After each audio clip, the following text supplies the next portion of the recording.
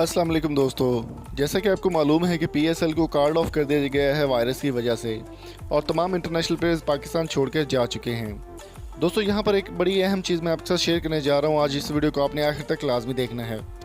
दोस्तों आपको मालूम ही होगा कि कोरोना वायरस की वजह से पाकिस्तान सुपर लीग सीज़न 5 के सेमीफाइनल्स और फाइनल्स को कैंसिल कर दिया गया और तमाम इंटरनेशनल प्लेयर्स को ये इजाज़त दे दी गई कि अगर वो रहना चाहें तो रह सकते हैं, अगर वो जाना चाहें तो फिर वो जा सकते हैं अपने मुल्क में।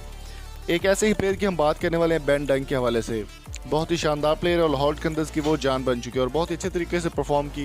लाहौर कंदर्स को पहली बार सेमीफाइनल्स में पहुंचाने वाले प्लेयर क्रिस लेन और बेन डंक ही हैं।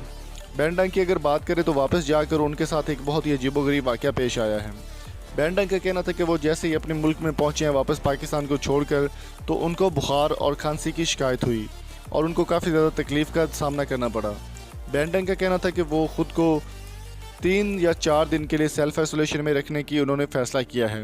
अलबत्ता उनकी जानिब से ये बात भी शेयर की जा रही है कि लोगों का कहना है कि उनके अंदर कोरोना वायरस हो चुका है, लेकिन बेन डंक ने अभी ऑफिशियली इस चीज़ का कोई भी बयान नहीं जारी किया।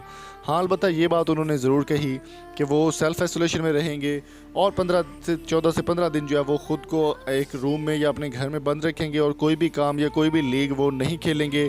याद रहे कि पाकिस्तान से जाने वाले एलेक्स सेल्स के बारे में भी यही खबरें सोशल मीडिया पर गर्दिश करती रही थी कि उनको कोरोना हो चुका है, लेकिन उनके साथ ऐसा कुछ भी नहीं था। बेन डंक की ये तस्वीर सोशल मीडिया पर काफ़ी ज़्यादा वायरल हो रही है, जिसमें उनकी तस्वीरें दिखाई गई कि वो आंखें बंद करके लेटे हुए हैं और शायद उनको किसी किस्म का कोई प्रॉब्लम है। तो दोस्तों उम्मीद करता हूँ ये वीडियो आपको पसंद आई होगी। अगर आप बेन डंक के फ़ैन हो तो उनकी सेहत के लिए कोई दुआ ज़रूर कीजिएगा। अगली वीडियो तक अपना और अपने प्यारे को बहुत सारा ख्याल रखिएगा। अल्लाह ताला हम सबको अपनी हिफ्ज़-ओ-मान में रखे और इस आफत से निजात दिलाए।